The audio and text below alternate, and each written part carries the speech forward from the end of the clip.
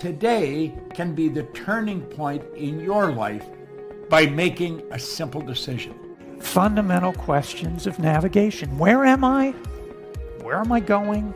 And how do I get there from here? I invite the leaders of our planet to ask themselves these three questions before they make any crucial decisions.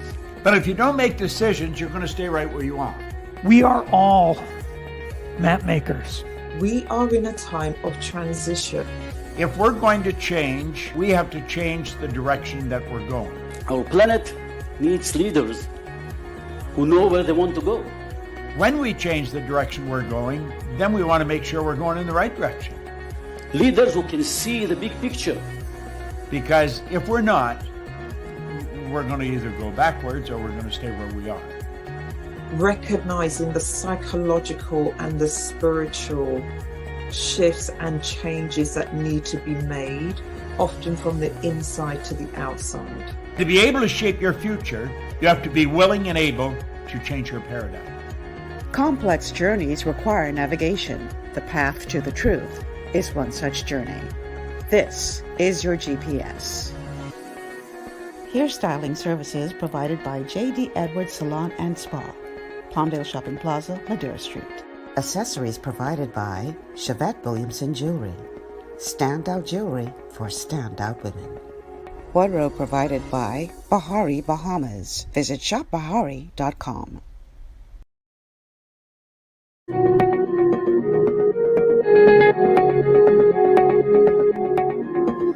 Good morning, everyone, and welcome to GPS Global Paradigm Shift on Glory 93.9 FM. I am your host, Michelle Malcolm, and as always, it's a pleasure to be in your company today. Hope you had a good weekend. I know I certainly did.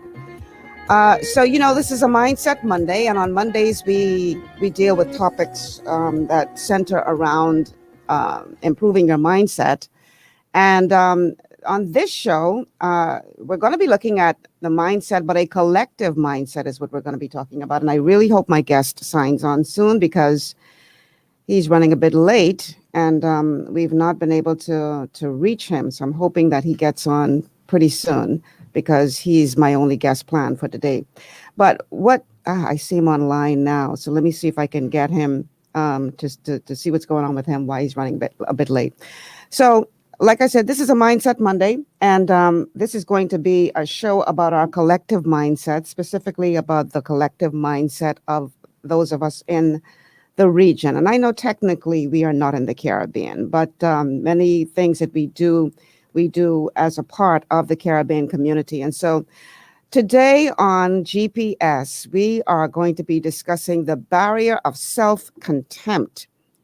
The barrier of self-contempt, Caribbean capacity, the road to the future, and the leadership needed to take us there.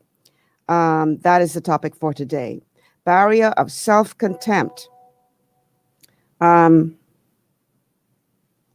my God! He said he's in a briefing, and it's going on and on. It wasn't planned. Okay, I will tell him to.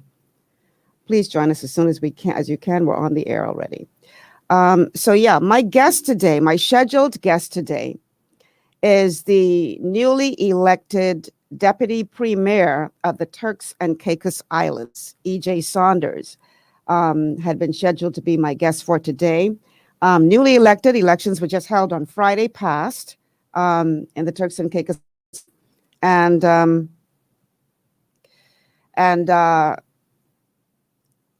his party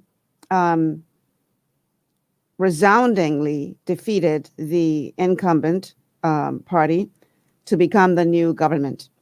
And wow, he's saying he's in a meeting. I hope he can get out of this meeting, or at least the meeting wraps up soon.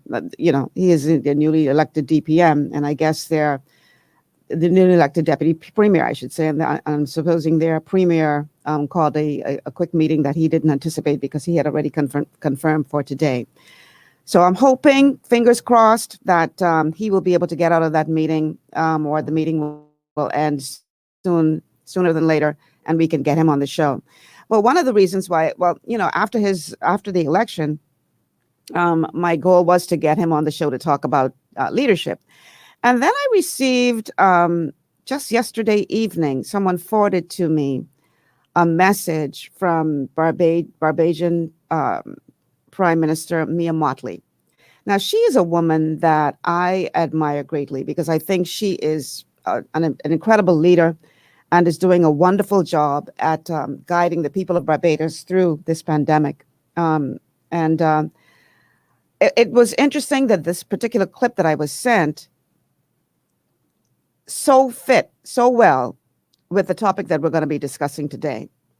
And so I sort of arranged the focus a bit to discuss in detail what it is that she brought forth in this clip. Now, the clip that they sent me was like 15 minutes long. So I cut it up into a series of clips that I will play throughout the show. And the idea was that EJ and I would discuss, the particular topic that particular clip would have dealt with. And so I'm going to go ahead and roll the first clip. And in this clip, she talks about the barrier of self-contempt that has been hindering the people from small island states like ours from reaching their true potential. So let's go to clip number 1, and let's get started with that. There's a barrier that every small islander inherits, especially after colonialism. It is the barrier of self-contempt. You're a little place. You're not metropolitan. You wouldn't send men to the moon. You wouldn't invent the latest, greatest computer. And you're not making any destructive weapons so you can kill the next man and take all his property and call it yours. You're a little island. So you're born into a situation where you feel lesser than other people, and it's called self-contempt. But once I began to shed my self-contempt after the power of this thing we call mass was revealed to me, it becomes a mission of mine to help people shed this self-contempt. Because some people still don't understand that the things that we do best are worthy of hallelujahs. I start with the words that aren't mine, but those are the words of the iconic Guyanese Trinidadian mass man, Peter Minshall, a god to many. Minshall is undoubtedly one of the Caribbean's greatest creatives. For his carnival work, yes, but more for his art direction. This quote is from an interview that he did in 1995, just under 1 year after I became Minister of Culture, 1 year after I entered into the cabinet of Barbados, which came after he had already directed, by the way, the opening ceremonies of the 1992 Barcelona Olympics and the 1994 FIFA World Cup. He would go on to create the opening ceremonies for the 1996 Atlanta Olympics, the 2002 Salt Lake Winter Olympics, and the 2007 Cricket World Cup, with which I had the honor to work with him personally. Peter Minshall personifies world class. He is in the business, my friends, of the moonshots of which I spoke.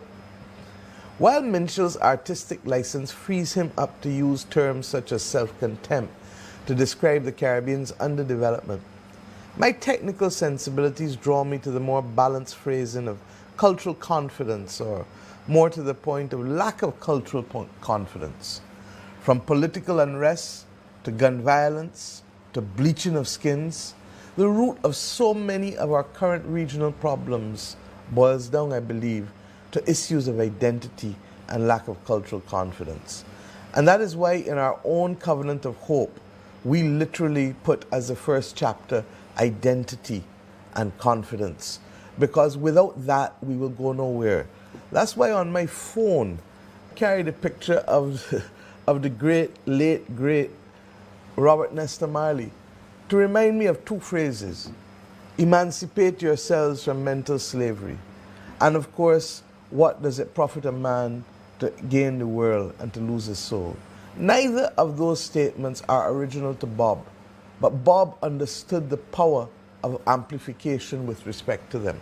He understood what it would do to our identity and to our cultural confidence. He understood that he was speaking each day and every day to that little boy and that little girl going into primary school, going into secondary school.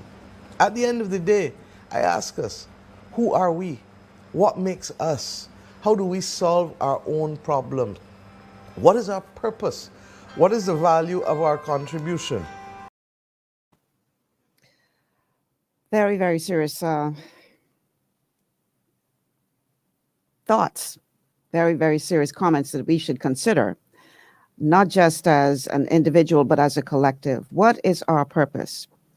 Why are we allowing the barrier of self-contempt to hold us back?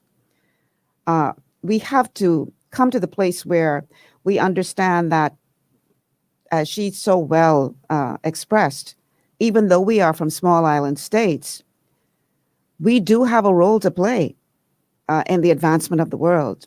We do have a very significant role to play, I believe. And but nothing can change whether you're talking about an individual mindset or a collective mindset. Nothing can change for the better if you start with the wrong mindset, if you start with contaminated belief. And because of conditioning, because of us, experiencing the residue of the impact of slavery, there are many of us, particularly of darker hue, who do suffer from self-contempt, a barrier of self-contempt. And that translates, unfortunately, into the way we run our governments, into the way we run our countries. And I mean, we've heard the story after story after story about how you can present a proposal, it is rejected, and then somebody from the north comes with the very same ideas that you presented, and they are paid hundreds of thousands of dollars because it came from them. Same ideas. So we have this barrier of self-contempt that has been holding us back as individuals, I dare say as a nation, and as a region. And we have to emancipate ourselves from mental slavery. We have to break free of this if we will ever get to the place where we can truly embrace our purpose, embrace our role, the role that we have to play, and really advance as a people, as a nation, as a region. And throughout the show, we're going to be, like I said, I'm going to be playing excerpts from that presentation by Mia Motley, which she so eloquently laid out not just the question or the consideration that what we could be suffering from is this invisible barrier of self-contempt, but also what does it mean to become an adult as a nation? Because as she so well pointed out, we are very, very young as it relates to nationhood. The Caribbean nations are very, very young still, relatively speaking. And many of us are suffering from juvenile behavior or juvenile mentality when the time has really come for us to grow up. And what does it mean? What does it look like when a nation has to become an adult and grow up and be self-sustaining? COVID-19 has really, tore open the veil of, this misconception that we were fine. I mean, it's bared everything for the world to see, not just us here in the Bahamas, but around the region as well. And so we now have to do some serious self-examination because adulthood requires it. And so we're going to be looking at that as well.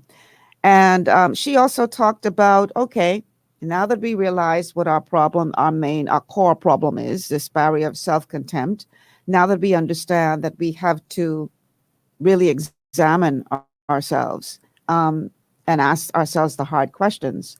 The next question after we've done the work is, how can we pivot? How can we turn the situation around and get to the place where we are no longer just barely surviving, but are actually thriving in this COVID environment? How can we recognize the strengths that we do have as a collective and capitalize on those strengths, as opposed to seeing ourselves as victims in all of this? because with every adversity, there's an opportunity. And COVID-19 is providing us an opportunity to reimagine ourselves as individuals, as nations, and as a region. And so how can we pivot? How can we turn this situation around? How can we change the narrative from going from a place of, suffering and a place of not enough to a place of more than enough, a place of abundance, not just for a select few, but for all of our people? How can we pivot? We're also going to be looking at that. And then we're going to be looking at what we can actually do to carve our place in the future. The Bahamas, and by extension, the region, is well positioned to do that. And we're going to be talking about the disruptive technology that we need to embrace in the future being now, to cement our place in the world. And then finally, we're going to be looking at the fact that the Caribbean does have the potential to lead. The Bahamas does have the potential to lead. TCI does have the potential to lead. We collectively, we do have the potential to lead. And so what do we need to do as a collective to make sure that we do not miss out on that opportunity? So those are some of the things that we're going to be talking about today. Now, I'm hoping that the meeting that EJ is in is not your typical government ministry meeting, because if that's the case, I know we can make the show. So I'm really hopeful that that meeting is going to wrap up soon. He promised to keep me posted, and hopefully he'll be joining the show sooner than later. But he's Mr. Deputy Premier now, so his time is not his own. But in all fairness to him, this was a meeting that he did not anticipate. So I'm hoping that he will be able to join us soon. So we're going to take a quick break. And then when we come back, we are going to dive into this topic more. We're looking again, the topic today for the show is the barrier of self-contempt. The barrier of self-contempt, Caribbean capacity, the road to the future, and the leadership that is needed to take us there. Stay with us. We'll be back after these messages from our sponsors.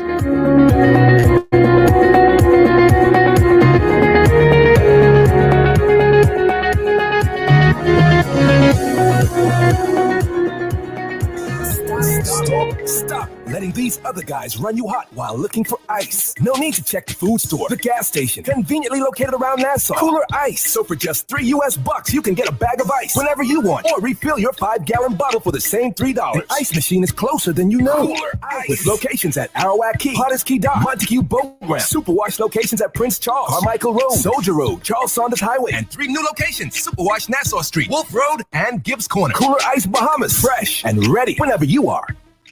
At Lee Air, safety is our #1 priority.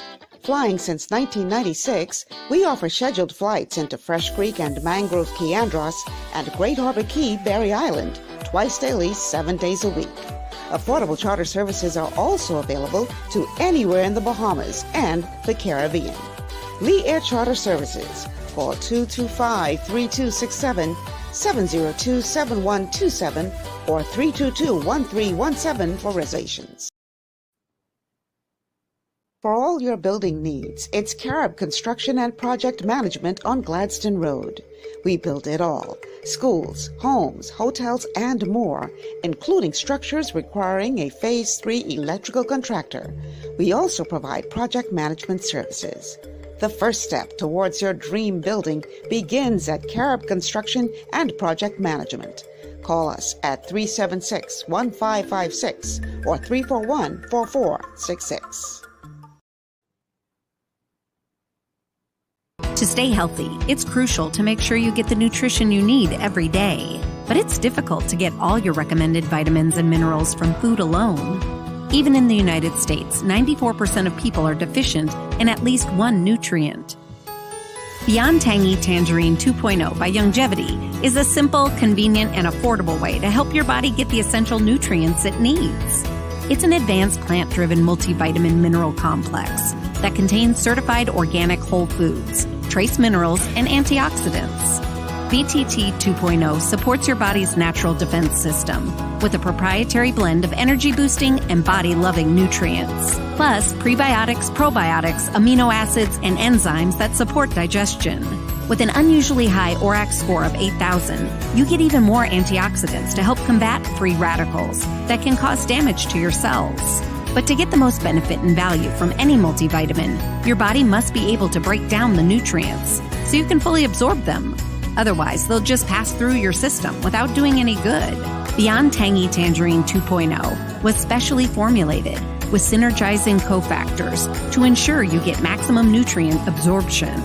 Beyond Tangy Tangerine 2.0 is the easiest way to give your body the balance and complete daily vitamin mineral supplement it needs for optimal support of your overall health. To learn more, contact your Longevity associate.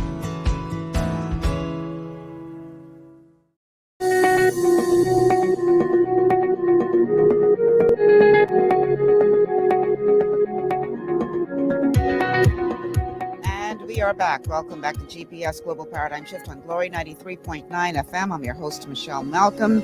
And on today's show, we are discussing the barrier of self-contempt, Caribbean capacity, the road to the future, and the leadership needed to take us there. I am hoping that we will be joined sooner than later by the newly elected Deputy Premier of the Turks and Caicos Islands, E.J. Saunders. E.J. was scheduled to be a part of the show today. But, you know, he's a little new to politics in terms of just being elected to their parliament for the first time. So he obviously didn't anticipate there being a snap meeting called. But he's advised me that he's in a briefing that wasn't scheduled and it's running longer than, you know. So he's hoping that he'll still be able to join us once that meeting wraps up. So let's keep our fingers crossed that that meeting will wrap up sooner than later. In the meantime, I'm going to read a couple of your comments here on Facebook. Let's see. Bertha Smith says, I enjoyed Friday's show. Just awesome. Thank you, Bertha. Glad you could be a part of that show. Let's see.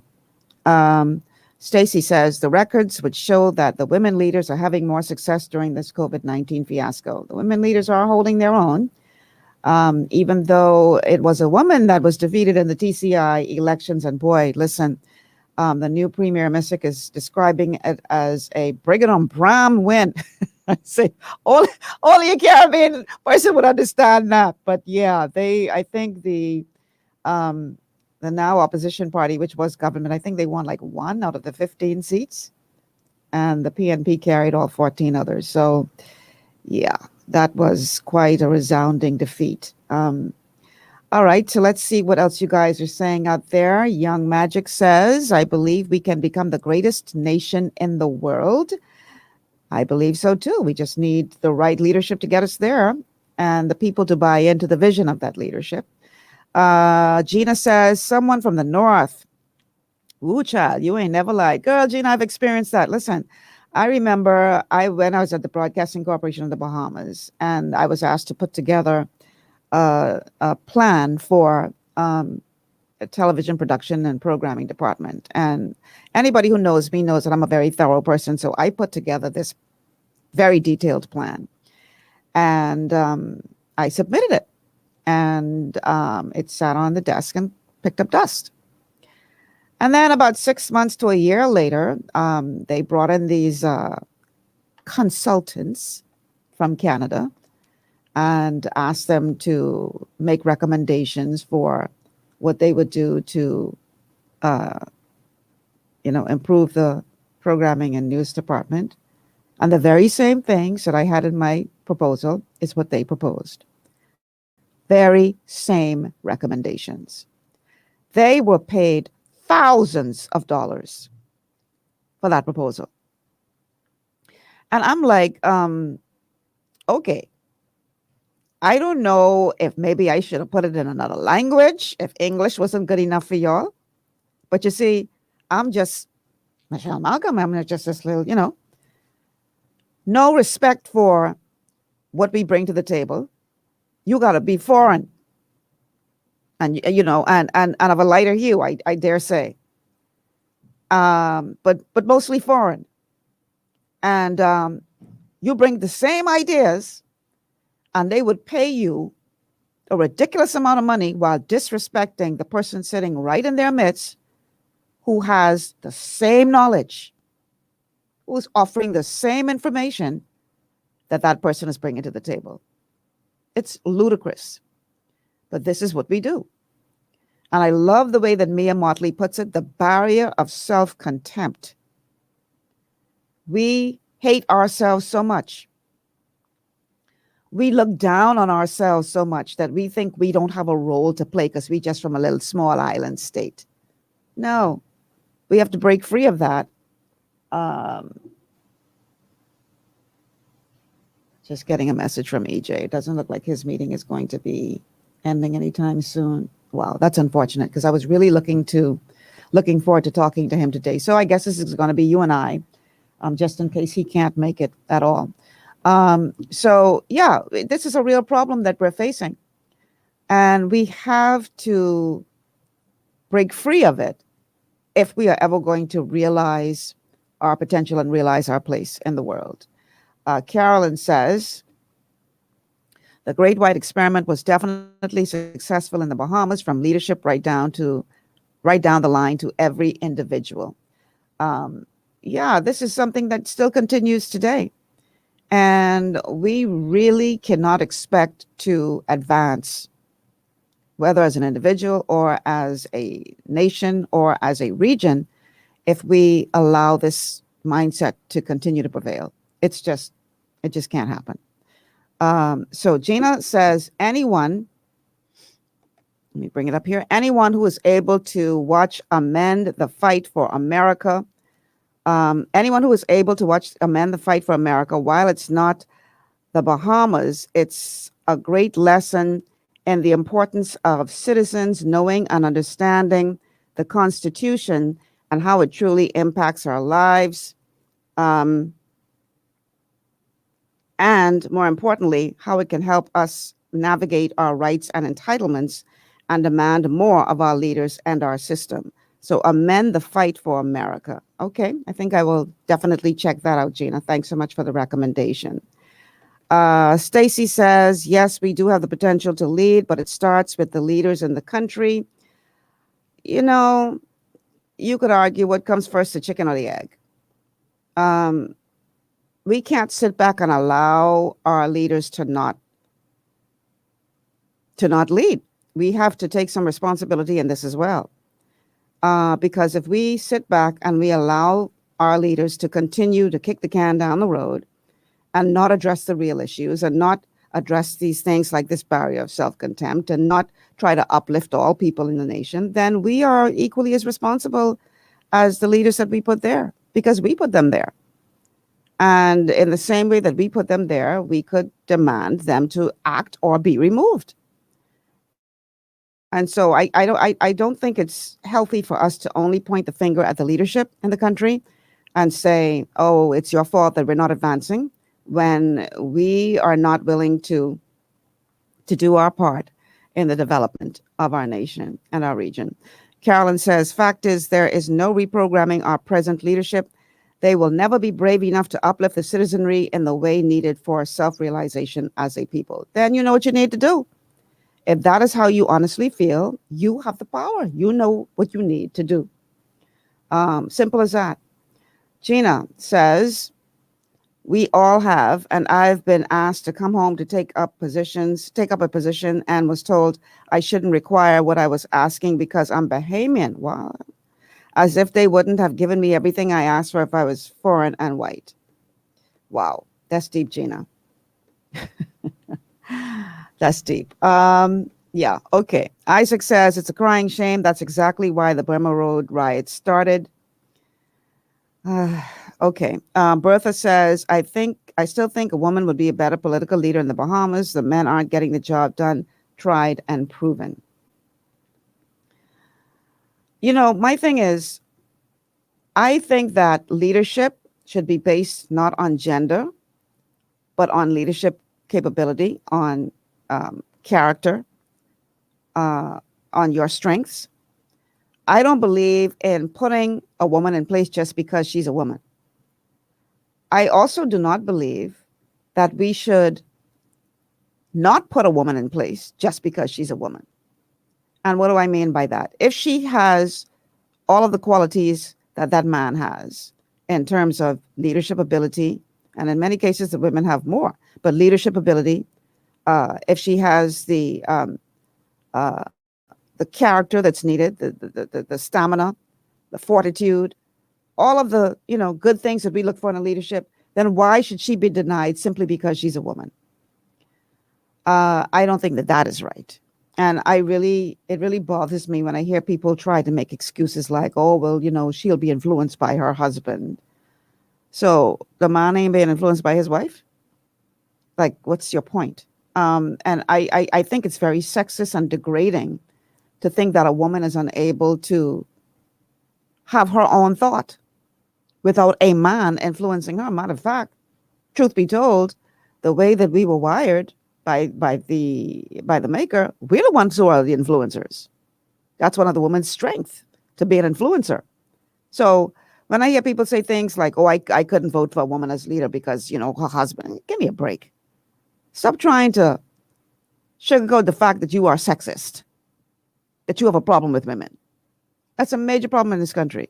Even the political parties now that are vying for the chance to become the next government, how many token women they threw in there?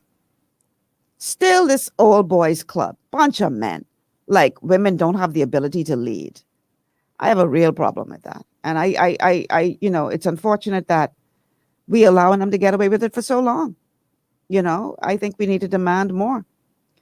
Okay, let's see. Gina says, which is why it upsets me when we ridicule people who speak dialect and refuse to dress like the colonizers. All right, Stacy says, Bahamians rate foreigners in every aspect of the word. Even in an entertainment, they'll pay $200 to $500 for a foreigner concert. But if a Bahamian charges $20, they say it's too much to pay and not support. This is true. This is very true. The barrier of self-contempt. The barrier of self-contempt. Let's see. Stacy says Bahamians. Oh, that's the same thing. She repeated herself there. Okay, Gina says Malcolm X once said, every country you go to, usually the degree of progress can never be separated from the women. Very powerful statement. And Stacy again, I completely agree because I think Komalafi would be a better, greater leader than both Davis and Minnis. She's a wise woman with a lot to offer. Yeah, but I've heard people say, oh, I can't vote for her because her husband last name and she can find a Bahamian husband. But Brave wife is not Bahamian. I hear nobody castigating him for that. But he's a man. So he have that option. I just think it is hypocritical. And one of the things that bothers me is how women are very responsible for this kind of attitude. How women do not support other women for God knows whatever reason. Like I said, I'm not advocating that you support a woman just because she's a woman. She's got to have the qualities. But if she has the qualities, then what's the problem? Yeah. Okay, I'm going to read one more and then we're going to go to the next clip. Isaac says, it's not about leaders, it's about holding them accountable. Where are we with our recall system? We have seen too many political figures get off with a slap on the wrist for committing outrageous acts while holding office. Yeah. All right, so let's go to the second clip. So in this second clip, one of the things that Mia Motley says is that, when you're looking at becoming an adult, whether that is adulthood as an individual, as a human being, or it's adulthood as a nation, it requires some serious self-examination. It requires that you do some work in terms of looking at yourself in the mirror and being honest with what you see. And the same applies to nations and the same applies to the region. So let's go to clip number 2. This is the Prime Minister of Barbados, Mia Motley. And in this clip, she's talking about the fact that adulthood requires self-examination. As an eternal optimist and an unwavering believer in the capacity of Caribbean people. I do not see identity issues as irreversible character flaws, nor do I see COVID-19 as an insurmountable challenge, nor do I believe that cultural values and cultural mores don't change. I see this simply as part of a process of our development. I see it as part of our growing up, as part of the recognition that as adults we make choices and there are consequences to choices. And to that extent, our family, our parents, our extended family, and our community must help nurture us in the choices that we have to make. We have moved, my friends, beyond our tenuous toddler and moody teen years, where we were dependent on others for basic needs, beyond the rebelliousness of young adulthood and the stabilizing middle-age period. And now, like many 40 to 60-year-olds, we in the Caribbean are in a period of resilience and smart investment to secure our future. For countries, just like with humans, this natural cycle of development, of maturing and of overcoming difficult periods cannot be successfully achieved without first addressing some hard truths. As I say to my people in Barbados all the time, you can't expect to be an adult without having difficult conversations. That's just life. The hard truth is that the Caribbean exited colonialism without the benefit of a development pact. I've been saying so every day for the last few months. Why? Because the whole Black Lives Matter movement has literally reinforced in us the need to examine who we are and how we have gotten where we are. Powerful stuff there. We have not been given the benefit, we as a collective, were not given the benefit that other nations were given. So we started off at a disadvantage. But we can no longer sit back and allow that to be our excuse for not advancing. It is what it is. We have to, I love the way she put it, we have to look in the mirror. We have to ask ourselves some hard, tough adult questions. You got to put on your big girl panties and your big boy jockeys now. You calling yourself, an independent nation. What does that really mean? Is this just something that we are saying because it sounds good and it makes us feel good? Or are we really willing to put in the work that we need to put in to truly become independent? So we as a nation and as a region, we've got some work to do. We've got to look ourselves in the mirror, and we've got to determine that we have to ask ourselves the tough questions. We have to demand more from our leadership. If it ain't working, fix it. And if it's working, if it ain't broke, don't fix it. But we have to examine where we are. Are we satisfied with the status quo? Are we satisfied with the country that we find ourselves in now? Is there more that we could be doing to improve our collective position? I dare say that the answer to that is yes. I am encouraged that there's so many people who are coming forth for consideration for this next election. And what that says to me is that there is widespread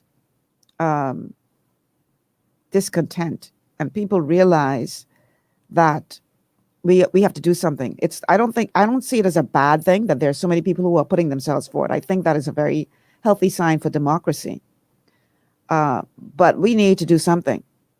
We can't just allow the position that we find ourselves in to continue falling back on the excuses of colonization and what that did to us.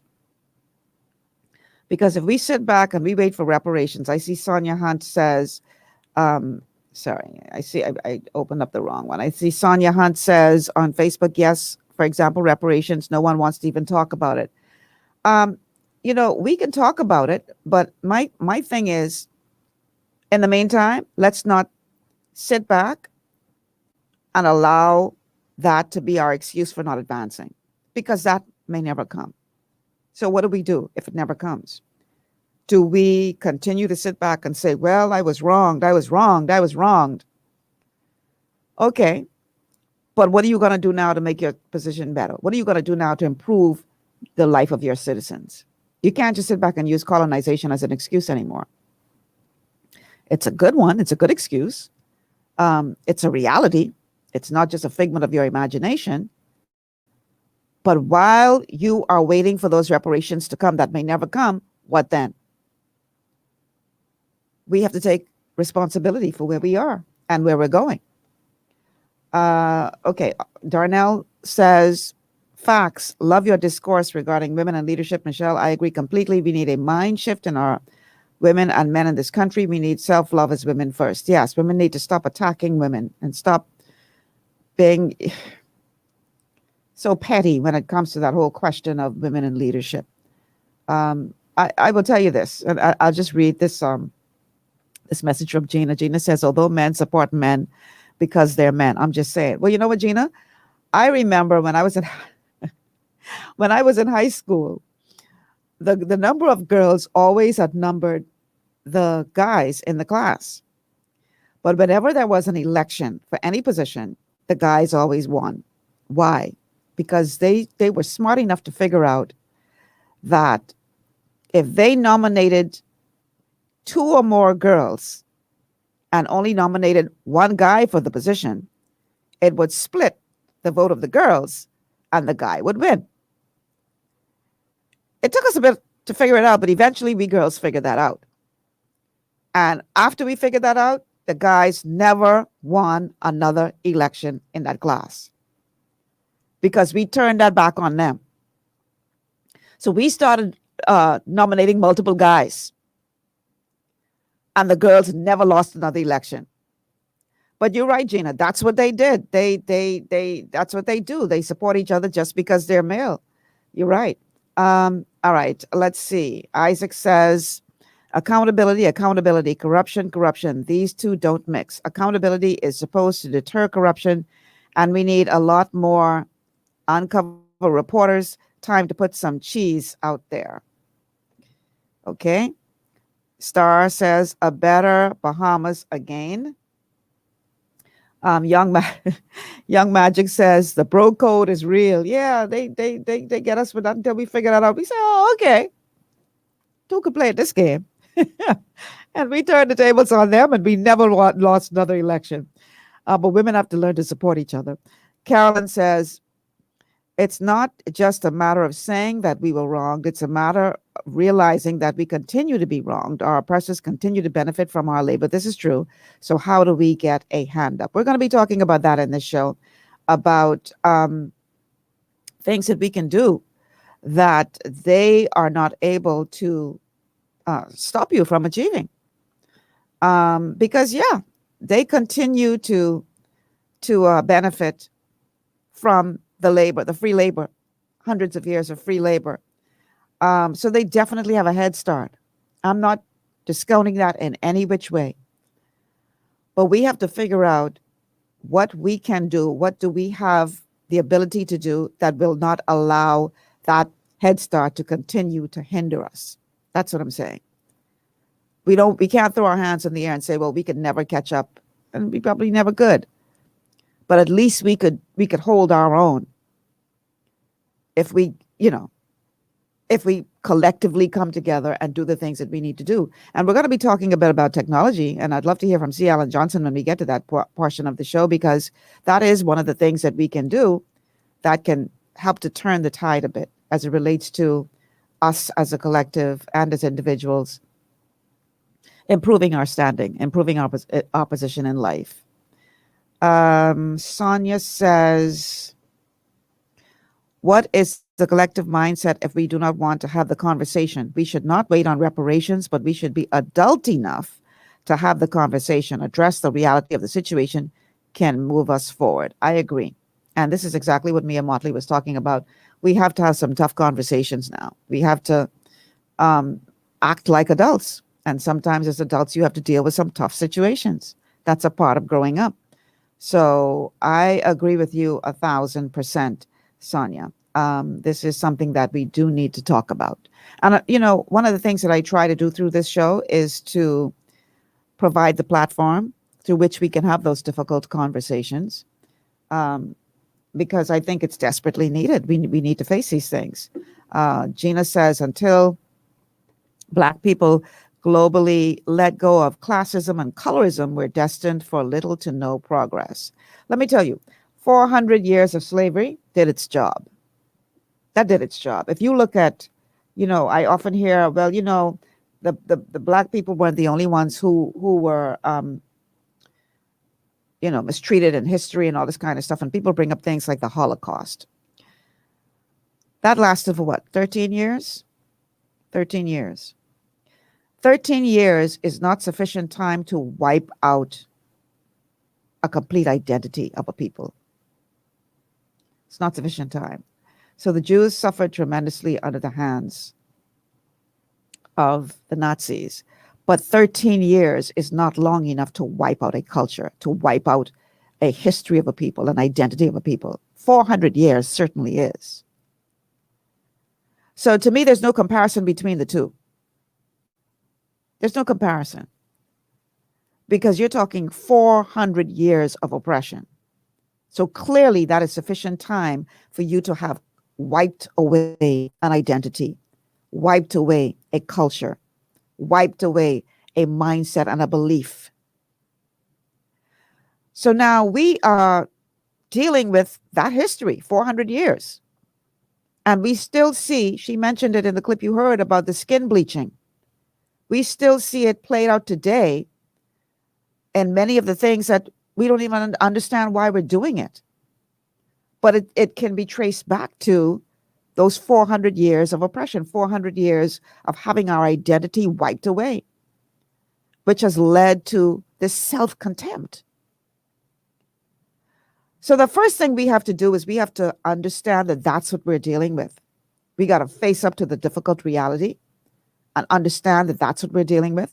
We have to be adult enough to admit that, and adult enough to have the conversation about how do we heal from that, because it really requires healing in order for us to be able to move on.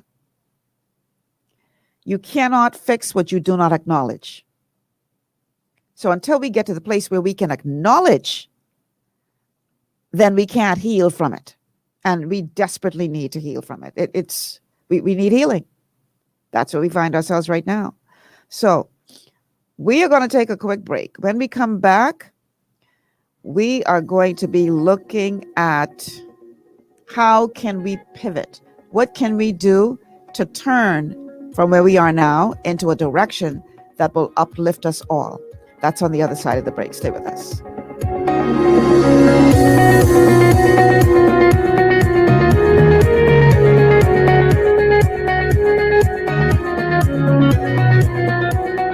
Ocean blue is the best in seafood. Fresh out the water and affordable too. Yeah. We got fish, conch, lobster, shrimp, everything you want. Ocean blue got it. Ocean blue friendly and clean, best service you ever seen. Ocean blue is the best in seafood. Yeah. Fresh out the water and affordable too. Yeah. Ocean blue seafood, we are here for you. Ocean blue seafood, no one else will do. Ocean Blue Seafood, located on Burnett Road. Contact us at 393-2160. Looking for an extraordinary junior high school with caring, qualified staff and affordable tuition? Then come visit us at Elite School of Excellence, an affiliate of First Step Academy. ABECA-focused and Ministry of Education approved, we foster discipline, integrity, and wisdom while molding our students for success. Call us at 341-8846 or stop by First Step Academy Schools on Fire Trail and Soldy Roads for more information.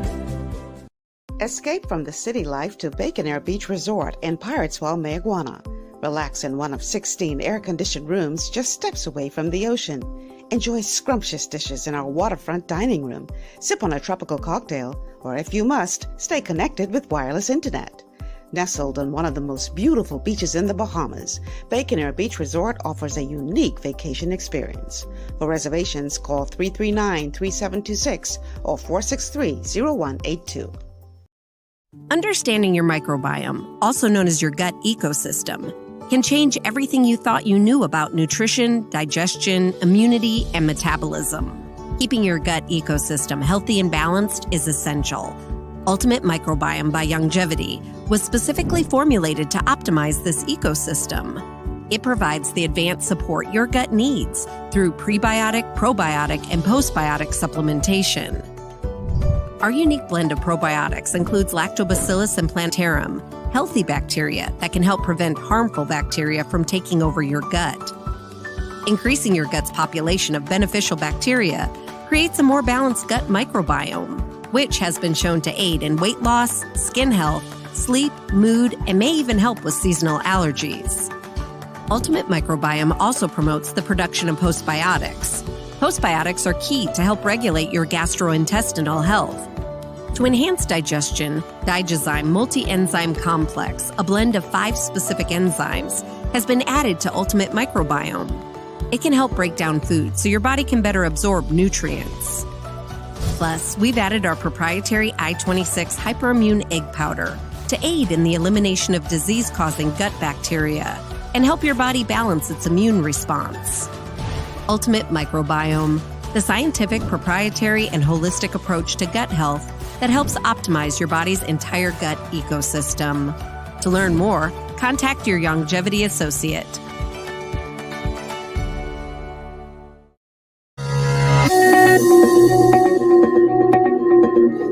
Welcome back to GPS Global Paradigm Shift on Glory 93.9 FM. I'm your host, Michelle Malcolm, and today we are talking about the barriers of self-contempt, Caribbean capacity, the road to the future, and the leadership needed to take us there. I don't think E.J. Saunders is going to be able to join us today, y'all. He's still in that meeting, and if he does break free, he will definitely sign in, but it does not look like it's going to happen, but we'll keep our fingers crossed. But in the meantime, we will plug on without him. I want to congratulate EJ and all of the victors in the election in the Turks and Caicos Islands, which was held this past Friday. The Misak and his Progressive National Party resoundingly defeating Charlene Robinson and the People's Democratic Movement. I believe 14-1 of the 15 seats were won by the PNP. And so congratulations to them all, including my brother, John Malcolm, who enters Parliament for the first time in the Turks and Caicos Islands after winning his seat. Congratulations to you, John, if you're listening to this show. Very, very proud of you. So yeah, we're talking today about this barrier of self-contempt, how it's held us back as individuals, as people, as a nation, as a region. And what can we do to change that? What can we do to turn that around? What kind of leadership do we need to be looking for in order to turn that around? That's what we're talking about today. Carolyn says, I see that globally Blacks are working on unity, however, not here in the Bahamas. This is true, Carolyn. We need to do better. We need to do better here in the Bahamas. We really do. Stop allowing politicians to divide us, because I can guarantee you they ain't divided. They are very much working together in spite of them being on opposite sides of the political divide. They are very much working together. And so we need to wise up and stop allowing them to keep us separated, keep us divided. Okay. Gina says, another good series to watch for Caribbean people is The Long Song, a story by a descendant of slaves in Jamaica. All right. So I want to play another clip. This is, again, and all of these clips are from an address that was recently, I think a couple of months ago, done by the Prime Minister of Barbados, Mia Mottley. And in this particular clip, she talks about, okay, we have acknowledged where we are.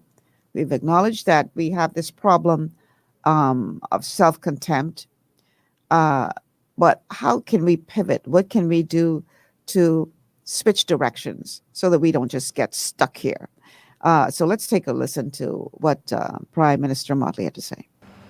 For us in the Caribbean, the hard truth is that in the last 40 years, our dependency has transitioned from one vulnerable sector, agriculture, to another vulnerable sector, as we now know so well, tourism. Though operationally vastly different industries, the macro analysis presents, unfortunately, similar traits: volatile products, highly fluctuating seasonal revenues, global marketplaces that dictate our prices, and high susceptibility to hurricanes, and now, as we know, pandemics. But may I also say, the hurricanes really represent only the heart attacks of the climate crisis. We face the chronic NCDs in so many ways, not just in terms of our bodily health, but in terms of the climate crisis, namely the droughts and indeed the sargassum that continue to bedevil those who depend on coastal businesses to make their living. The hard truth, my friends, is that Peter Minshall is right. The Caribbean has not, regrettably, been in the business of moonshots sufficiently. Our region, in an age of rapid and bold digital innovation globally, has been slow to digitize and timid to innovate. Not all, but not across the scale. It's not a bad place. Indeed, for the most part, it is a very good place for us to live. You and I know that. But without the safety net afforded to other countries, we have been hesitant to strive to be the best or the first in this region. Our governments, our financial institutions, our schools, our churches, and our agencies have been regrettably too hostile to risk and resistant to new actions and new ideas. But why? I ask you why. After all, this is the region that produced George Headley, C.L.R. James, Errol Barrow, Kincaid, Eric Williams, Robert Nesta Marley, Sir Arthur Lewis, Brian Lara, Derek Walcott, Naipaul, Armour Trading, Viv Richards, Shirley Chisholm. I could go on and on. Usain Bolt, the Right Excellency Gary Sobers, and of course our own Robin Rihanna Fenty. We are a region that has already solved some of the most difficult of the so-called developed world's problems with our universal education. People don't talk about it. Our universal education. Our universal health care. People don't talk about it. Our stable political system. People take it for granted. Our freedom of choice and social partnerships. Hardly ever mentioned. We are a place of critical, creative thinkers. We like to abuse one another and we like to use colorful language. We are revolutionaries in our own way. We are inventors, artists, and pioneers. We have already produced the best and we've already been the first. But why do we resist scale? Why do we not understand that scale is at the heart of transformation? How as a collective can we not put our own perspective and flair on this digital revolution? My friends, simply put, how can we pivot? Would love to hear from C. Alan Johnson on this because I know that he has been advocating for us to look towards technology as the direction we should be going in to really carve out our place in the world. And Motley is absolutely correct when she talks about how we've, in essence, been resisting this. I mean, look at what is happening here in the Bahamas. Prior to COVID, everybody knew what we needed to do to become more digitally up to date.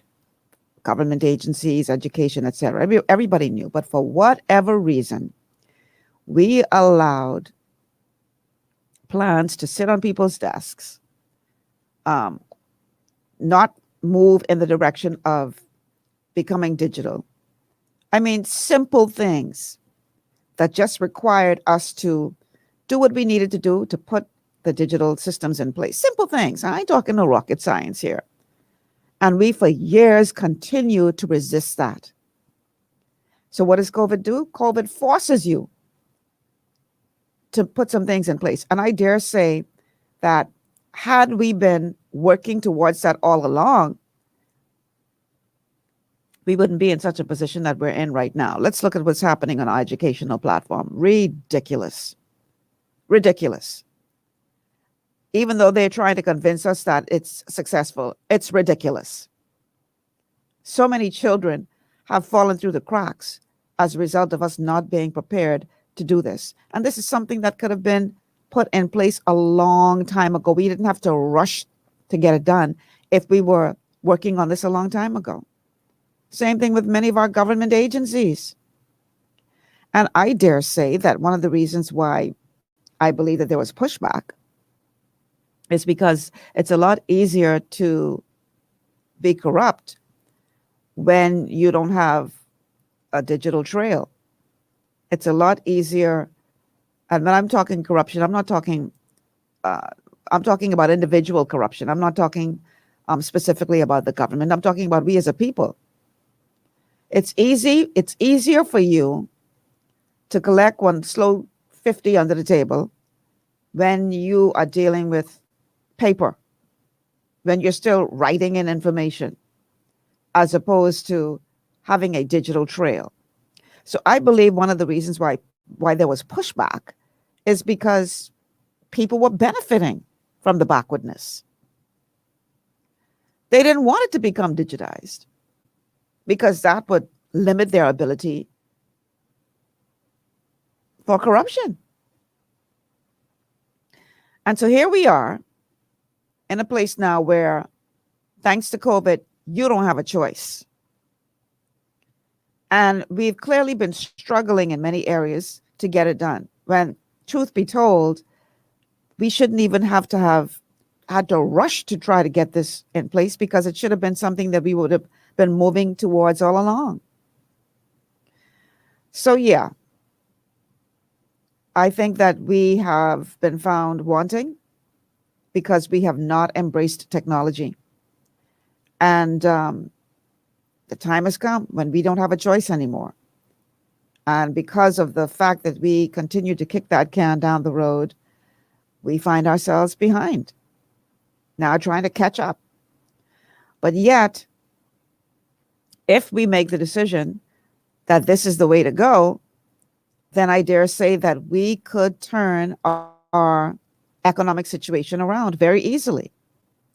And I know that C. Allen, when I sent him the notification that EJ was coming on today, because he in the show that I used to do, he and EJ were guests on a show that I did together about technology some months ago. So when I sent him the message that EJ was going to be the guest on the show today, he already started sending me responses to what he thought I should ask EJ and all this kind of stuff. So if he is listening, C. Allen, I'd love for you to call in to talk about this.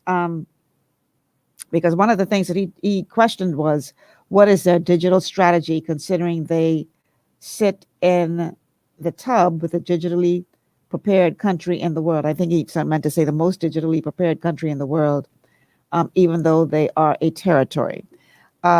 We have the capability, and I would love C. Allen to chime in on this, to really run with technology and be innovative about it.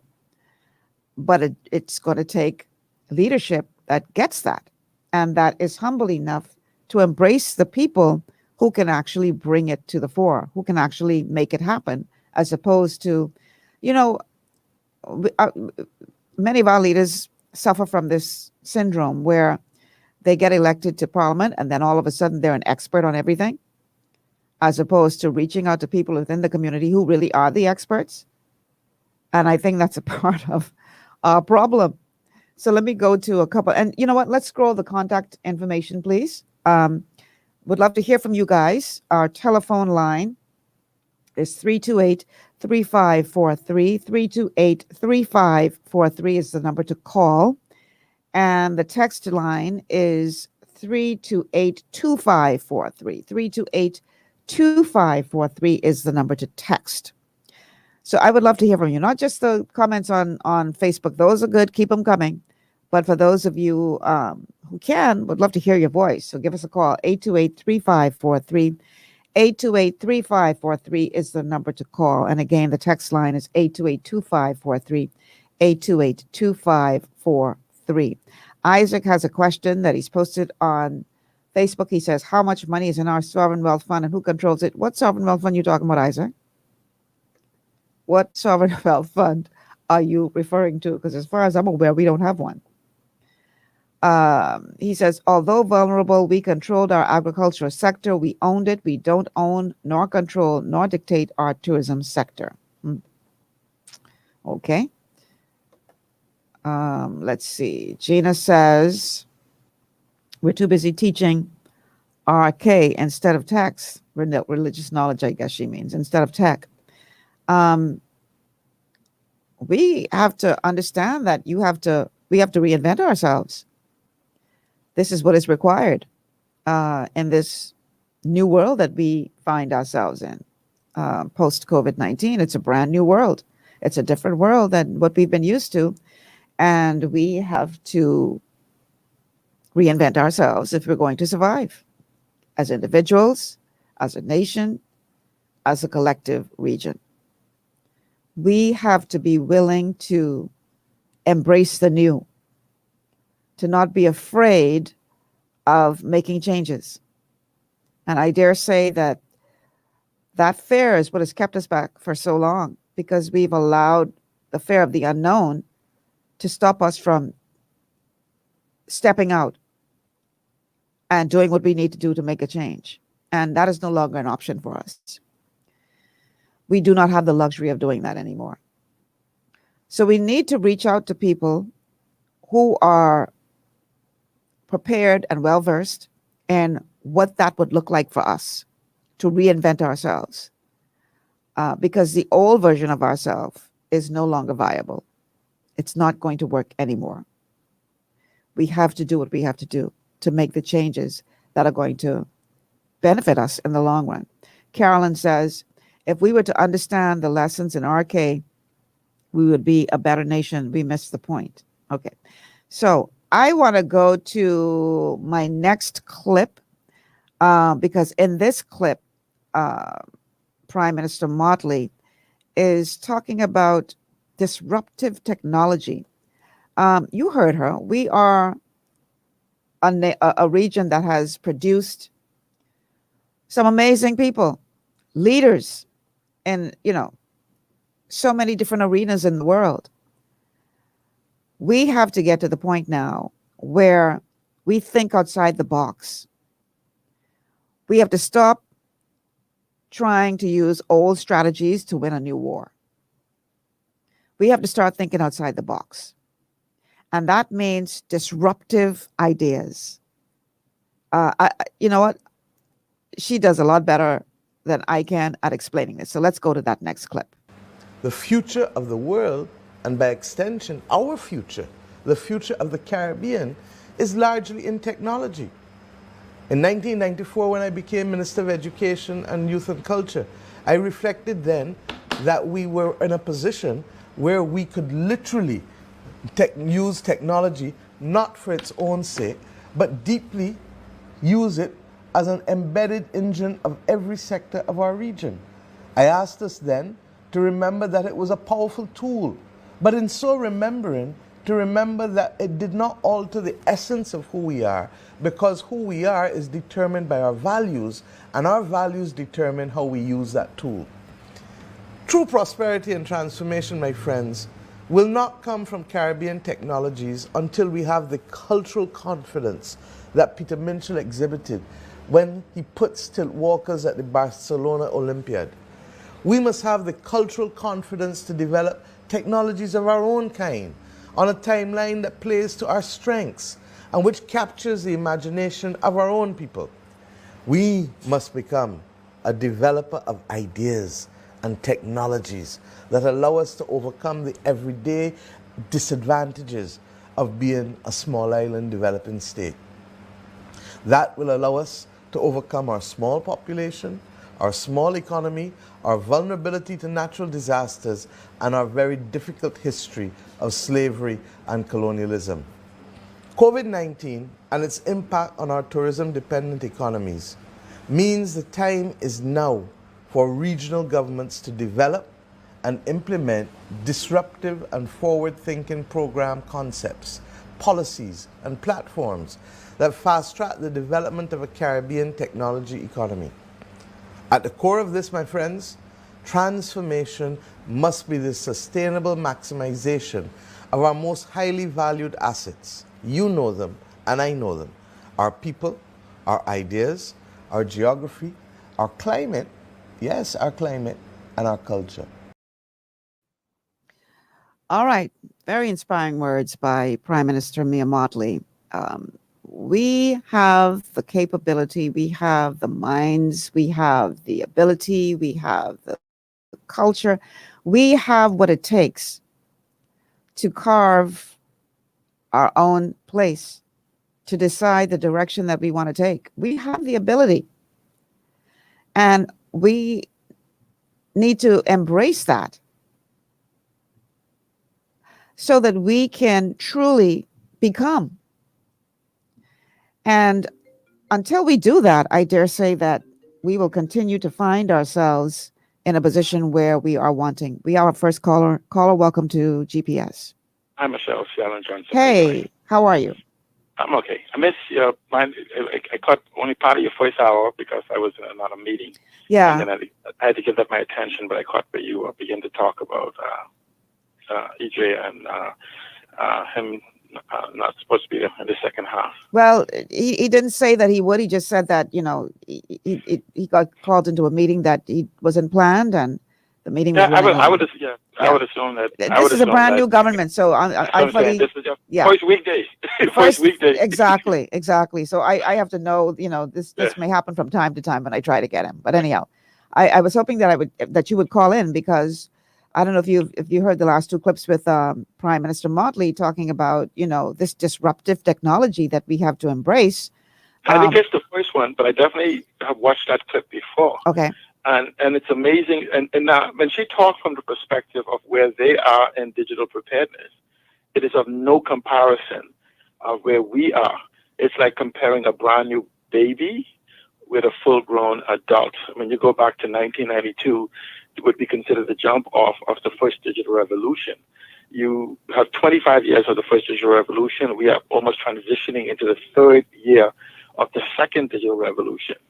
And at the same time, believe it or not, what most people have to understand, the alignment of COVID brought about an alignment of the second digital revolution, the third technology revolution, the fourth industrial revolution, and the fifth social revolution. And so when you look at that total alignment, it gives a unique opportunity for moonshots and other things within this economy. And it's something now that I could tell you I've not heard during the whole time, coming from any of our political leadership in any of the political parties, be it PLP, FNM, DNA, or third parties, or movements, or whatever they call themselves. I have not seen it. I have not heard it. But now, moonshot, I want people to understand a moonshot is when you take big, bold moves without immediate returns or even consequences. But at the same time, we still have, we could implement a combination of immediately implementable ideas for the new global digital hyperconnected economic reality that we're now in. Now, the Prime Minister almost 6 months or longer ago came in and chose literally 6 of the top 10 economic model that will be thriving in this new digital reality. Now, when we talk about digital, we're talking about a big D. Oh, wait, hold on for me. I'm getting a call from EJ. Okay. Let me see what he's saying. Just give me 1 second. That's fine. EJ, what's up? Yeah, log in, please, on the link that I sent you, okay? Yeah, tell me it was 90 minutes. Yeah, the second one, the StreamYard one. Yeah, log in there. Okay. Right. Okay, thanks. He's just getting free from his meeting, and he's going to log in. Go ahead. I'm sorry. I didn't mean to interrupt you. Well, I'm saying that's fine. Just let him know he was 90 minutes. Okay.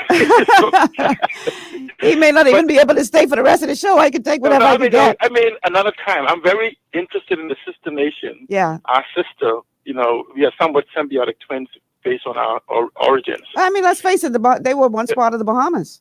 Right, and that's what I'm saying to you. They sit in the tub. We're in the same bathtub, but the problem is the faucet is where we are. Mm-hmm. We control the faucets, but they still have the benefits. Yeah. But when we go back with the Prime Minister did, the Prime Minister, Hubert Alexander Minnis, interjected 6 of the top 10 digital models that the world is embracing. And that is the green economy, the blue economy, the orange economy, or the creative, so whatever we call it, the knowledge economy, the digital economy, and the conceptual economies. Those 6 ideas could easily bring about 80 to 100,000 new jobs to the Bahamas in less than 18 months. Wow. And so you have to look at the subcategories of it. Let's use, for instance, I know TCI has embraced, and we use the word tourism. If you carefully examine what TCI has done, they've moved into what is called hospitality, which is the umbrella for which tourism sits in. And so it gives you a whole wider scope. And so when you just look at that aspect and we say, how does tourism, the word hospitality fit?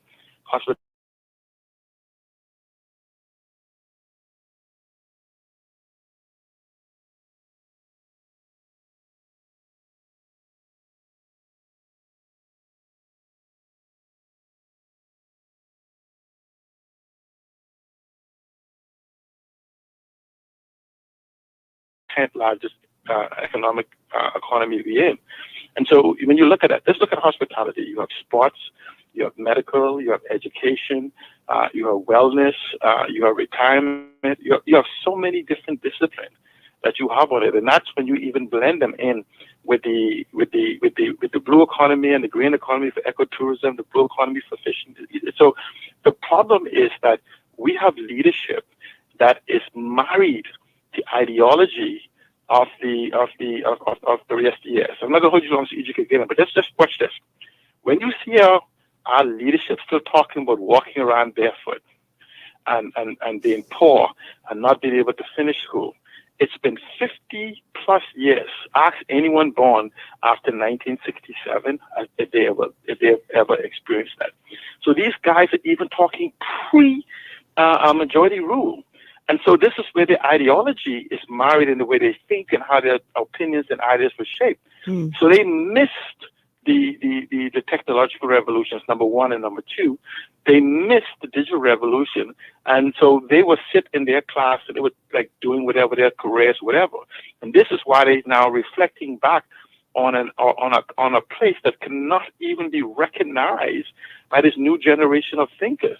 And so it's like we were poor, we were barefoot, and people say, well, my mom is 50, and she never told me she experienced these things. My mom is, so that's where we are. And so until we start embracing conversation looking forward, as opposed to exemplifying where you are by looking backwards, we're not going to accomplish much. And we have to have some real conversations. It's been a year since our economy shut down.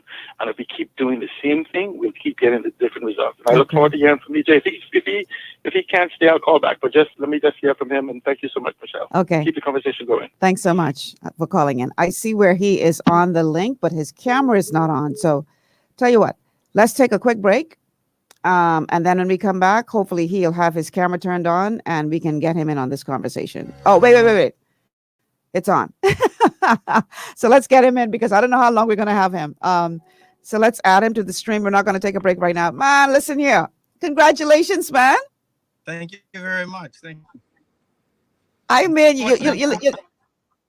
I'm go ahead. taking this from this new vehicle that they gave me, and it's far too big for my liking. But yes, go ahead. Congratulations to you and the PNP on your resounding victory, man. You guys, you all did it in a big way, And so what I decided to do after, you couldn't join us for the first part of the show is I've just been playing the clips that I sent you with Mia Motley. I sort of broke them up into pieces. And we're at the point now where we're talking about using disruptive technology as the vehicle that can take the Caribbean to its rightful place and the role we should be playing in the world. And I know that you are, I mean, so well positioned to do that for TCI with your background in AI. So when I told C. Allen that I was going to have you on the show, he was pretty excited. He says, "Oh, I want you to ask him this and I want you to ask him that." And he pretty much just hung up so that we could get you on for the few minutes that I can get you. But I know it's brand new. I know this is your first day in office. So what kind of leadership qualities do you think we as a region need to be looking for in the people that we put in these positions to be able to take us to the next level in this new world that we now live in? First of all, I want to say that politics is about people. So I mean, it's the first skill set, because I don't want to make people to think that we're passing over it. You certainly have to have people, and I think the world we live in today, because there's a lot of things, tough decisions you have to make to look out for people during this crisis that we have with the pandemic. But putting all of that aside, you need leaders who are forward thinking. The rate of change is accelerating, and it's getting far. Things changing faster and faster and faster. So you need leaders who can predict and see around the curve before you actually even get there and start to prepare their citizens and the economy and their people for those that change. And so I'd like to talk to them. I was talking about is that we need to particularly educate our people for the jobs that are coming for tomorrow, and not just jobs for today and yesterday. So I would say that one of the most critical things is be able to have leaders who are forward thinking, and then those who are nimble on their feet. They're able to adapt to the changing circumstances in real time. So you won your seat. You're now the deputy premier, and you're working with someone who is, I think, a bit older than you are. Quite a bit. Yes. She's 71. So how 71? Wow. So talk about that bridge between that generation and his willingness to adapt to exactly what you just described. Well, the premier is that's the Honorable Charles Washington Mizik. He's very open-minded. He's a very youthful guy, and he looks very good for his age. But he's not an autocratic leader. He delegates quite a bit, so he allows all of us to lead in our areas. And I think we got along very well. I know my position. I'm here to be his deputy, and so there's no issues there.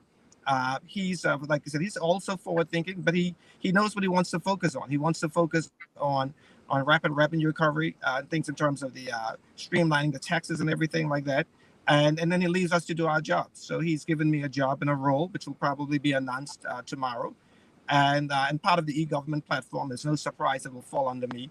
And he leaves me to be the expert in that area. So it works well because he knows that we're experts and they've given us, and he doesn't interfere. He didn't do it during the election. He allowed us to for our strengths to come out. He never micromanages during. That's one of the reasons why we won 14 out of the 15 seats. And the All Island seat that I ran, and that's where you run right across the country, we won all 5. And that's because he allowed each one of us to be ourselves.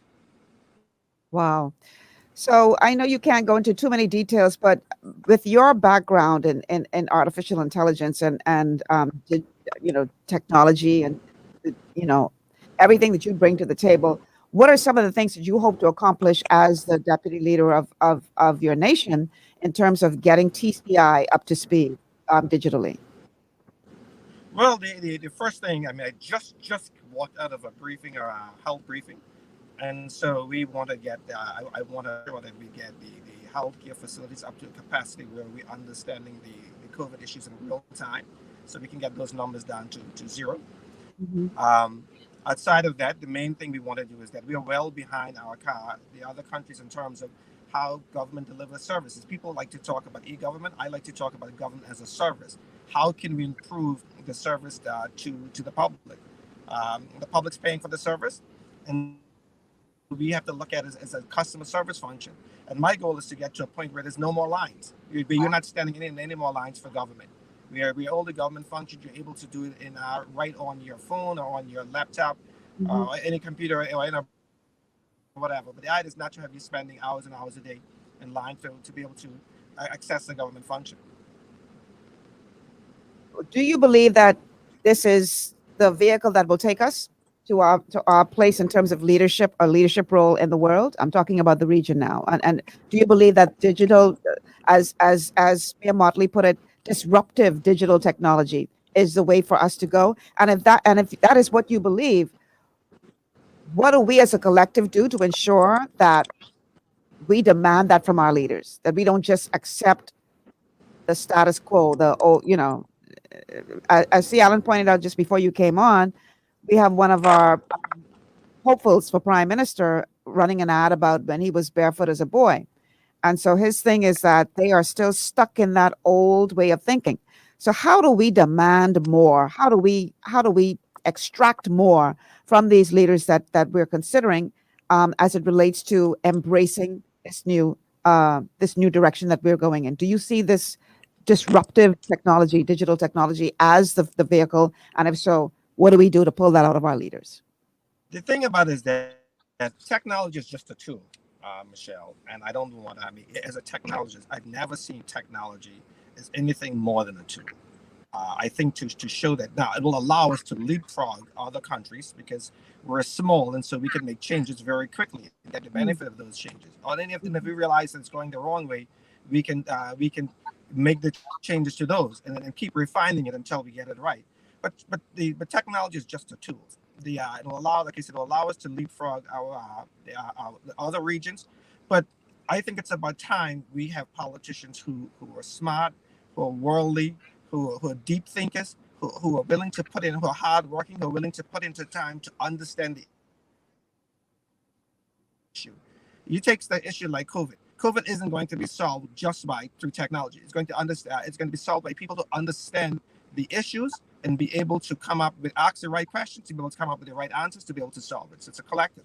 And so the politicians in our regions are going to have to be more, certainly like Miss Prime Minister Motley, persons who are not only deep thinkers, but also are bold, who are prepared to pull a seat up at the table, demand a seat at the table. And when I say the table, I mean the part of the conversation.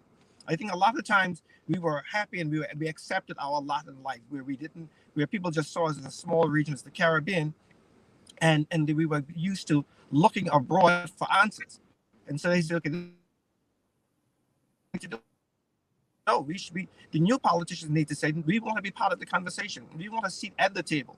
And I think that's what people should be demanding from us, that we don't just settle for the status quo. We don't just settle for people to push down things to us, but that we are prepared to be part of the conversation and the solution. Yeah, I agree with you 1,000%. This is a reset moment. I want to play one. I want to show a comment from one of our viewers on Facebook. It says, so true. In this reset moment, an opportunity awaits us to carve out the path we as people desire to go. This is truly an opportunity. This is an opportunity for us to finally get it right. So if you look at the results that you guys experienced, I think it's a clear indication that something similar happened in our last election where there was this tsunami of red. I was actually there for your last election. Yeah. I was at election central that night. So we're seeing now where people are really venting their frustration through the vote, and this is why you're seeing these tsunamis. And there's some who believe that that's going to happen again in this next election. But whoever wins this election here in the Bahamas, they're going to inherit a very, very huge portfolio of problems. And so what do our leaders need to do from day one to be able to not be overwhelmed by the magnitude of the challenge ahead of them, but to put their nose to the grind, understand that like eating an elephant, you got to go at it bite by bite and stay focused to get it done. Whoever wins this next election, what do you think they need to do to be able to overcome these huge challenges that they're going to face? I think the thing about it is that what worked, what I hope will work for us. I mean, is that we got 14 of our members out of 15 in, and so it allows us to be able to assign portfolios to people based on their, so to get the right people in the right jobs. Because sometimes when you're in politics, you may have key skill sets that just don't win. They're just not populating things right enough to be able to win at the polls. And you know how these things are, and all of a sudden you end up having to put square pegs in round holes. Winning at such a large majority allows us to do that. And I think the first thing is to be able to get the right team in place. our democracy allows us to have civil servants with permanent secretaries, but these permanent secretaries aren't the ones having to make the policy decision. As possible to try to get the people in the right job. And then once you get that, you've got to do the hard work. Listen, I'm on the job. This is my first day on the job. I was sworn in on Saturday as deputy premier. We already had 2 meetings. I'm going to go through, have a walkthrough of the hospital this afternoon to try and understand the issues that they're having there. So we're looking at every single thing from and I've been asking all the detailed questions right down to the amount of oxygen a patient uses per day when they're on a ventilator, because I want to get into all of the details. So I want to know whether that 3 or 4 patients on a ventilator, I know exactly how much oxygen that's using, how much the oxygen supply we have on island, and what we need to do. So you need the politicians who are able to get into the details and not just settle for being policymakers, but who get to understand. So when their technocrats come to them and make presentations to them, they can ask the right questions to be able.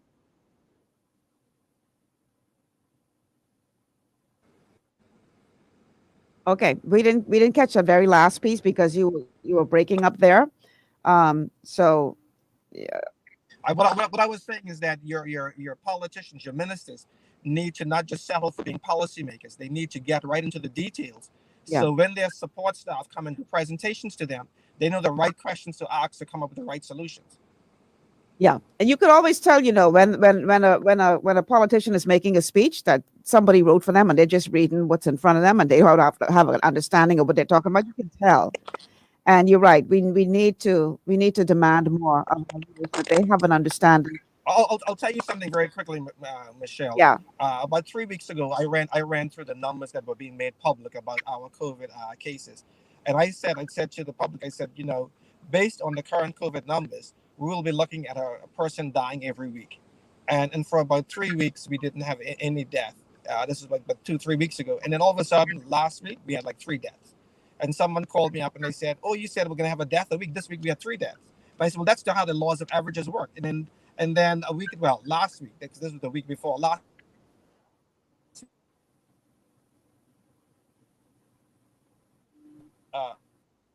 Who understand, who can go through the numbers to be able to know when an emergency situation is happening, and they know what the right questions to ask, and they know what the best solutions for that problem.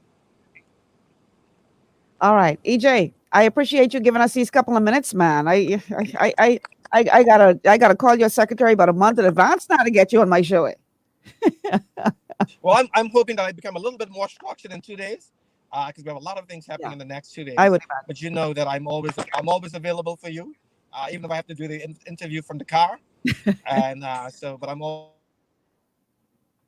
Congratulations to you and the entire PNP on your resounding victory at the polls. I'm so proud of you. I know you're going to do amazing things, and I wish you all the best. Thank you very much. All right. Thanks so much, EJ. We're going to take a quick commercial break, and then when we come back, we're going to wrap this up with our final clip from Prime Minister Motley. Stay with us.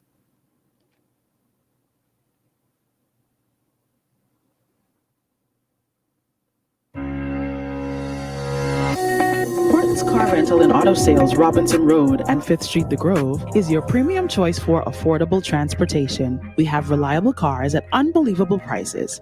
Ask about our daily rates, starting at $50, and our weekly rates, starting as low as $280. Call us at 437-4017 or 676-3977. Horton's Car Rental, your premium choice for affordable transportation. Want to look your best and feel even better? Visit J.D. Edwards Salon and Spa for the ultimate beauty, body, and anti-aging treatments, offering custom colors, haircuts, vegan anti-freeze treatments, silk blowouts, natural and acrylic nails, unisex pedicures, facials and massages, all waxing services, and microcurrent therapies for anti-aging and body sculpting. J.D. Edwards Salon and Spa, Palmdale Shopping Plaza, Madeira Street, telephone 326-7863.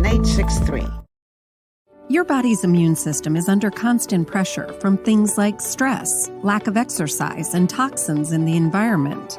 It's crucial to be proactive and support your immune system with the nutrients it needs to function effectively. But it's often hard to get these nutrients from food alone. Introducing fast-acting Zinc Plus Immune Support by Longevity. Unlike zinc-only supplements, Zinc Plus Immune Support builds on the proven power of zinc and adds complementary nutrients to give your immune system extra support. Vitamin D helps balance the effects of zinc, while our proprietary blend of natural fruit and root extracts provides the extra help your immune system needs to work against daily stressors. And we've included Longevity's exclusive plant-derived minerals to give your body the minerals it needs, but can't get from food alone. And because Zinc Plus Immune Support is delivered in a great-tasting, sugar-free, berry-flavored lozenge, it encourages quicker absorption of all these nutrients into your body. Zinc Plus Immune Support. Zinc plus the extra support your body needs to promote a healthy immune system. To learn more, contact your Longevity associate.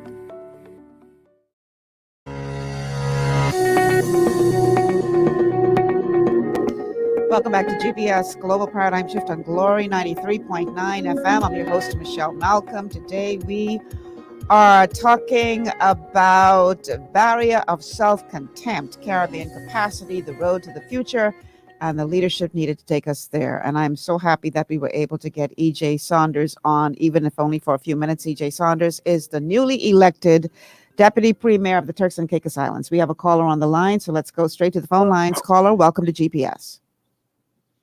Hello, caller. Hello. Excuse me?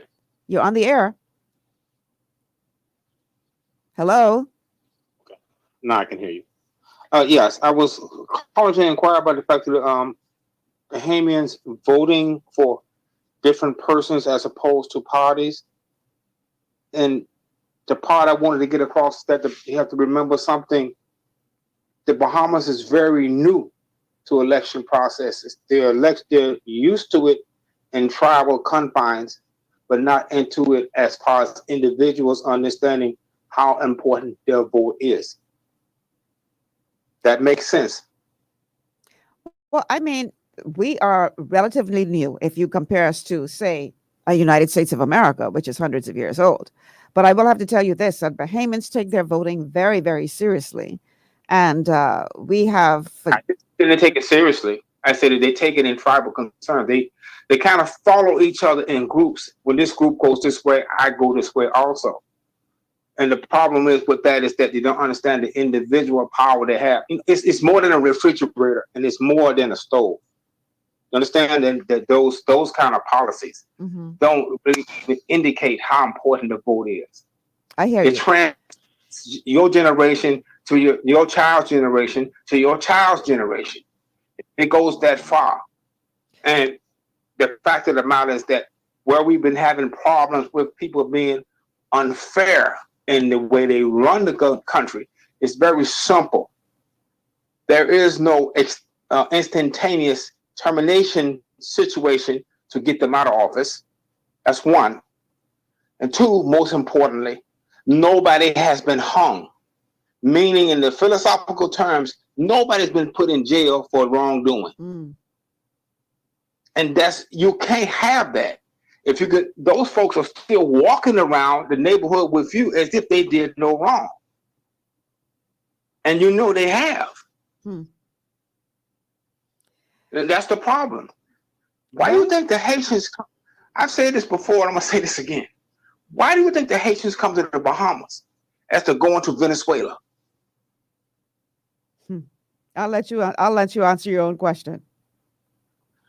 Because they'll get shot. In Venezuela. Yes.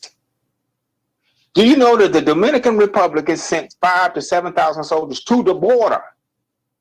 To the border with loaded ammunition.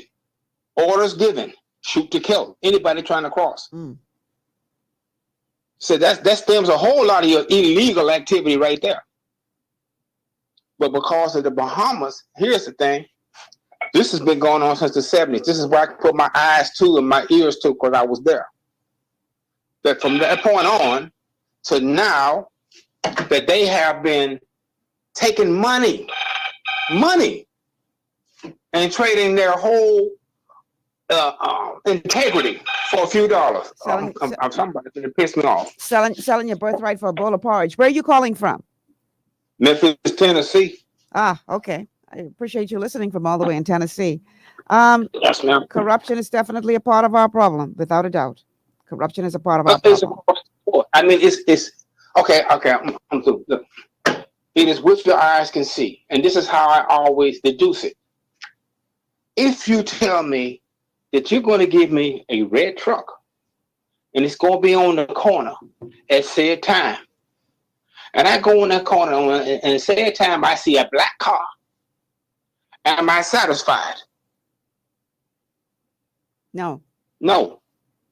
I'm looking for a red truck to be on that corner. That's the problem with what's going on right now. They're telling you, well, we're going to do such and such and such and such. We're going to buy this. We're going to build this airport. We're going to do this, whatever. I say, hold on. Same problem that happened with the deal with the hotel that they were buying in Grand Bahama. That is a 1970s deal. We don't do that anymore. That we're going to build up the Grand Lucan Hotel for accommodations. I say, why in the world would you do that and you don't even own your own airport? You jump and you put the cart before the horse. You got to take care of the necessities before you can even do anything of such nature. Those are things in steps, and that is out of step. And that we wasted all that money on it. That's what they said. I haven't seen it. They have not given accounting for monies they have collected for the VAT. They have not said, we spent it on this, we saved it on that, it is in that account. They can't even tell you. But these folks are actually, and I'm saying it, these folks should be in jail. With no doubt, from what the perpetration of a fraud that Mr. Menace applied when he tried to sign the Oban deal. Listen. Does everybody understand? He was instinctively, intentionally trying to fool the people. He was putting on a show. And yet that man is still the prime minister. That's why I can't believe. I still can't believe that. And the Oban files have gone missing from his office. But anyway, that's another story. You're absolutely right, caller. You're absolutely right. Man, I ain't gonna hold you up because I know everybody else got time. But I was just like, I didn't believe I was going to get through. But man, I'm just saying, it's just what you see is what it is. Don't listen to what they say. Look at what they're doing. That's what it is. Yeah. Everything they do, they respond to is a reactionary response. It's not a person telling you this is our plan of action. I think this is their plan of reaction. I think that the politicians do this because it's worked for so long. Yes, that they just fall back into the formation. Yes. Because it has worked for so long. But I dare say that there is a group of young people out there who are going to be voting who have not drunk, they've not had a sip of that Kool-Aid. They didn't drink the Kool-Aid. They didn't drink the Kool-Aid. That's right. And so they didn't drink the Kool-Aid. If these politicians think that they can come with that same old Kool-Aid and that is all that's going to need to sweep them into power, they are in for a rude awakening. And that's exactly what they're coming with, ma'am. They're coming with the same thing. Because I said it before. You have to, okay. I'm going to say something else. I'm going to interject something else. As going to school in 8 Mile Rock, I noticed coming from the stateside here that I had well, for one thing, overblown opinion of myself. But I noticed a certain different kind of discrepancy that I couldn't really put my hands on. I couldn't put my fingers on because I wasn't working then. I was going to school. So I wasn't, I went with English teachers. I went from Trinidad and Tobago. I mean, different kind of teachers, what have you. But the English teachers provided really, in a lot of cases, a lot of confrontational attitudes. When I came out and I started working, then I began to get a gist of what was going on with us as a people. Mm-hmm. We were busy listening to other people telling us what was good for us. That crazy man that Adrian always talks about, that Sid Meier's, whatever his name is, that came in about hotels. Here's the problem with that. There was not a Bahamian telling him, this is the idea we have for our country. Do you want to invest in it? Do you understand what I'm saying? Mm-hmm. He came in and told the Bahamian people, this is what you should do. You should build a hotel because now you can really capitalize on the tourism dollar. And the Bahamian people were like, "Wow, it sounds good." I said, "No, ma'am, it's not good. The idea should have came from the Bahamian, not from a foreign investor. They can invest in our idea, not us investing or giving land to them for their idea.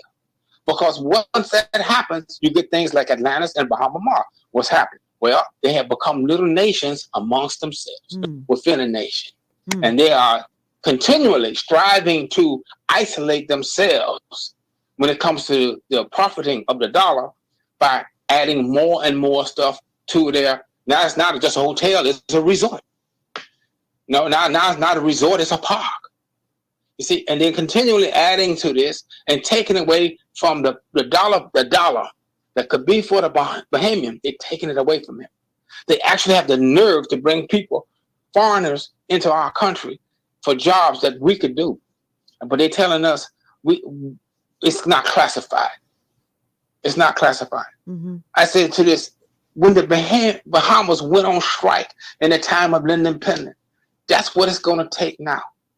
They got to show up physically. It's not about intellectual pursuits. It's not about philosophical doctrine. It is about physically showing up and letting these folks know, hey, the buck stops here. I want you to know. And so we ain't gonna just talk about it. We finna show you. All right then. And stop now because my family already get on me because I'm a long talker. Well, listen, I appreciate you calling all the way from Tennessee. I appreciate your support. I lived there. I was born there. I'm a West End Grant. I was born there. Okay. And it bothers me. It bothers me even more with Grand Bahama and the situation there. Yeah. Because they're being hamstringed. Yeah. They're being hamstringed. You can't do this because of that. Right. Well, if you do that, you can't get this. Right. They're being hamstringed all over the place. And the only thing I say to Grand Bahamians is this: if you get down to a point of survival, what are you going to do? Because Nassau has taken all the monies and put it into Nassau, but has not put the money back in the Grand Bahama, which they have contributed a great deal to it. This is crazy. That's a whole other show. I'm going to the airport. I'm going like, that's a whole other show. That's a whole other show that I think we will tackle in a future episode of GPS. Listen, we're running out of time. Thank you so much, though, for calling in and continue to listen to us. Thank you so much for being a part of the show today. All right, so we just have a few minutes left. I want to end though with this final clip from Mia Motley talking about the fact that the Caribbean does have the potential to lead. You got to believe that, people. We have what it takes to lead. Let's play this final clip. It is only when we increase our cultural confidence and thus maximize the power of our creative imagination that we will be able to build technologies that unlock our region's true potential. We will begin to see that because we are surrounded on all sides by the sea, SEA, our ocean economy is primed for expansion. We will begin to see that our lack of scale steers us to focus on producing quality rather than quantity, thus enhancing our high-value manufacturing sector and what ought to be a propensity for research and development. We will also see that the constant threat of hurricanes makes us global experts, yes, in the business of climate resilience. My friends, in the immortal words of that great Trinidadian luminary, C.L.R. James, I quote, "Nobody knows what the Caribbean population is capable of. Nobody has ever attempted to find out," unquote. I say the duty is ours together to pivot right now to find out what that capable Caribbean person is about and what capacity our region is capable of. And I ask us to do so in the words of Therese just now, that we do so by thinking big and working together, because only then will we have the scale and will we have the capacity to transform what I believe is that special place on earth. We have been that region that has led the world in humanization. We have been that region that has continued to focus on the centrality of that individual person. We have been that region that has sought more for social justice. We can be that region that explores new possibilities and new realities for the 21st century for the globe. It's not just about Africa. It's not just about Asia leading the world. The Caribbean has the potential to be that entity and that region that can continue to point the way. Perfect sentiments to end on. We have the capacity to lead, but we have to work together, and we have to be willing